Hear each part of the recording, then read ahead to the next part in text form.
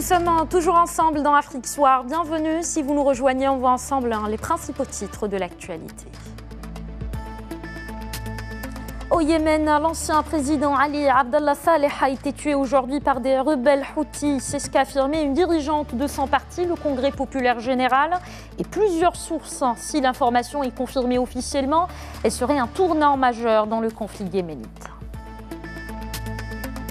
Et puis dans le dossier du Brexit, le gouvernement britannique et l'Union européenne n'ont pas réussi à s'entendre sur les modalités de la sortie du Royaume-Uni. Ils ont tout de même enregistré des progrès importants selon le président de la Commission européenne. Et puis en Afrique, on revient sur la coopération entre le Burkina Faso et la Côte d'Ivoire. Elle entame une nouvelle étape grâce à la réhabilitation du chemin de fer Abidjan-Ouagadougou, 20 ans après la première opération.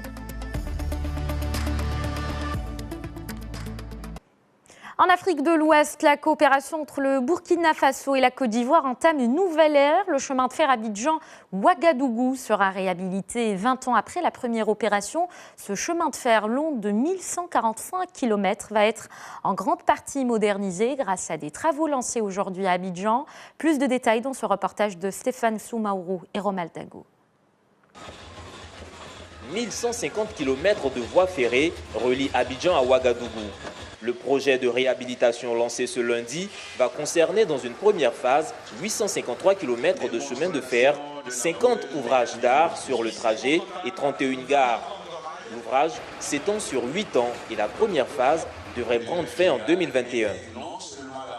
Un lancement qui est important, Abidjan, Ouagadougou, Kaya, mais c'est toutes les villes, toutes les petites villes et toutes les gares qui sont traversées auquel donc cet investissement va profiter. Vous savez bien que le transport des marchandises par le train est véritablement moins cher que le transport par les camions.